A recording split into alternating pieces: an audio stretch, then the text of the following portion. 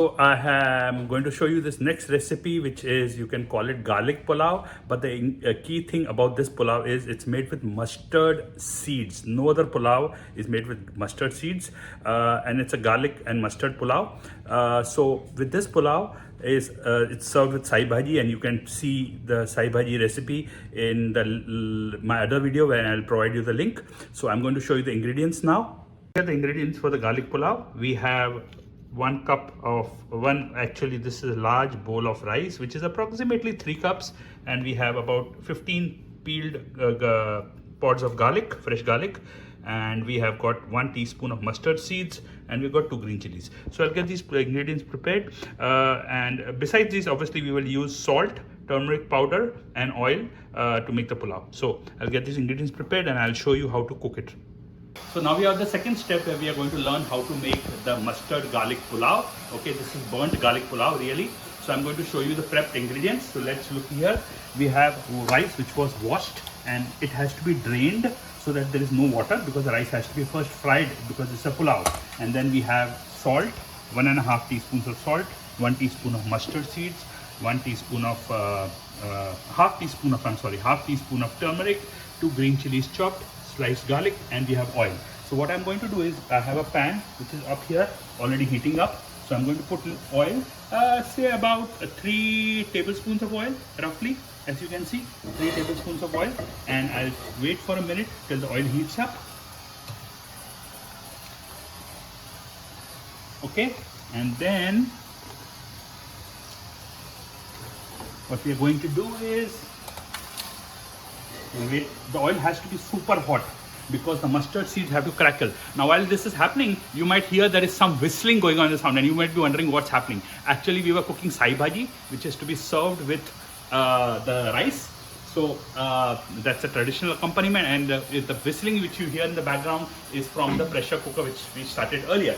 Okay, and there's a link of the sai bhaji recipe in this, so you all can also see how sai bhaji is cooked. So I think the oil is hot now. Okay, and the first thing we do is, you can bring the oil to the side and then put the mustard seeds.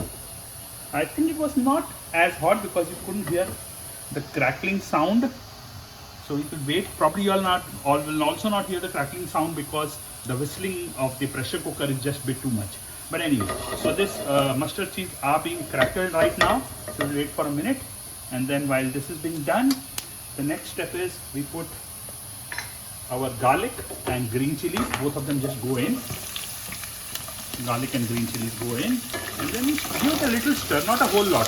Okay, and now you have to wait till the garlic and the green chilies, both of them burn. Now this is very critical because it's a burnt garlic pulao. If you don't burn it, you will not get that real flavor. So you have to burn the garlic. Okay, so let's come back here on the stove. My son Dev is helping me do the videos, and I'm really helpful to my son Dev and to my daughter Chandani, because they are really excited about the cooking. They help me do the videos, and they both themselves are great cooks. And while this is being happening, I'll show you something which my daughter made. She made this fried paneer on her own because she likes paneer. And guess what? How old she is? She's only 13 years old, and they both have been cooking. Both my kids have been cooking at least for last 2 years. So they have started cooking when they're 11. So and Dave also makes wonderful food, and maybe one of these days we'll have Dave do a video shooting. So the garlic is still cooking, as you see. Okay, so we'll wait for a few more minutes.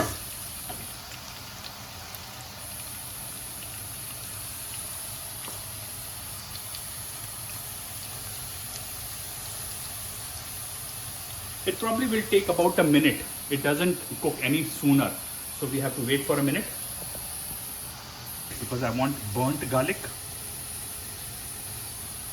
And as I said, this is the only pulao recipe from India where you use green chili. I don't think any other recipe uses green chili and mustard seeds combo. So this is in that way unique, and I have not come across. And this is a traditional Sindhi pulao. Now you see the entire garlic is brown. You see, it's browning on the edges, good burnt flavor. So now we let it go, and then we pick up our rice and we chuck it in. All the water is gone. Just chuck in the rice. Okay, and now I'm going to fry the rice. This time it's going to be on high flame, and you have to do it with a very soft hand because you don't want to break the rice. because it's basmati rice, right? So you don't want to, so we have to wait. Now what are we really doing here? We want to evaporate all the water and coat each grain of rice with that oil. So the dry rice is fried.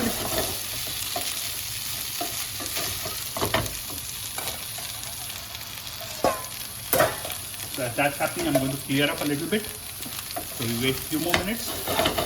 In a few minutes, you will see that all the rice gets fried. I'll show you what. So whenever you learn how to cook, you always have to ask. If you are learning from a teacher, you have to always ask. So many times teachers, cookery teachers will tell you that cook it for 5 minutes. But that is not, you see pan size might change, amount of rice which you are cooking might change. So you have to ask as to what is the visible sign of something finished cooking. In this case, we are just frying. So what is the visible sign? Now that visible sign here will be when you pick up the rice and when you drop it, you know, it should drop as individual grains, you know. So what do you mean by that? That means when you first put the rice, it had a lot of water in it. Okay. Now as you're frying it, all the water will evaporate, and when the water will evaporate, what you will get is rice which doesn't stick on each other. So now there is something else about pulavs. Pulavs, when they are cooked, each grain should be separate. It's totally an opposite product to a paella, which is more like a paella or Chinese rice, which is sticky.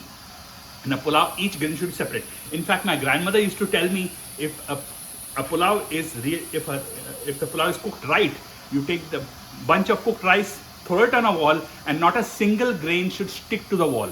It should be cooked like that. Okay.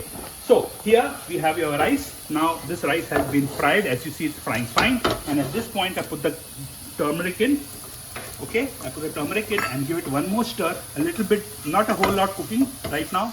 All we are doing is just giving turmeric a little bit of thing. And then this is done. I'm going to cook this in my rice cooker, but you can also cook it on a stove. So doesn't matter if you're cooking on a rice cooker stove. I'm just going to put in the rice. Chuck in all the rice here. And then the next step is to put the water. Now how much water do you put? You always put double the amount of volume of dry rice. You remember we had put this one bowl of rice, dry rice. So I'm going to put 2 bowls of water. So I'm going to exactly measure water. Now again, cooking schools will tell you to put hot water, hot boiling water. That's good, but otherwise cold is also fine. So I'm going to take 1, let's go in, and 2. Now this second one, what I will do is I will have a flavor trick.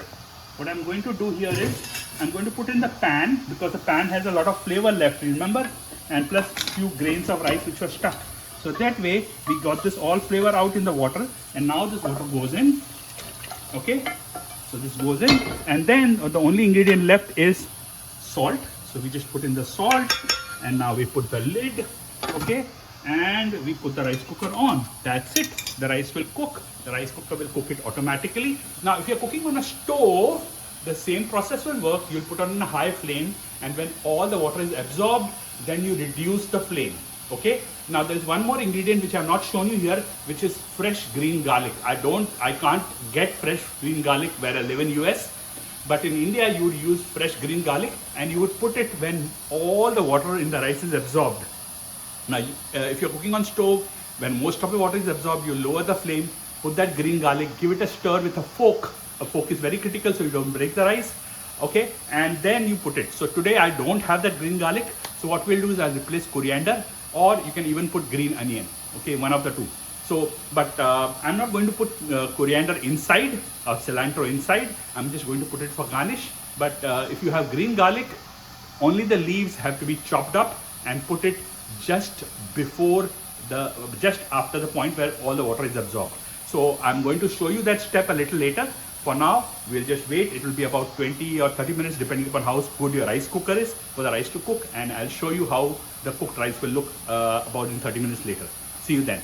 I'm going to show you this final step of the pulav, and at this point if you see most of the water has been absorbed, so I'll just simply give it a stir, very very softly give it a stir. And at this point, if I had the green garlic, I would just put the green garlic and do it, but I don't have it. So that's it. I gave it a stir, and then I'm going to put the lid on, and I'm going to wait till the rice cooker actually shows green. It's still cooking according to rice cooker.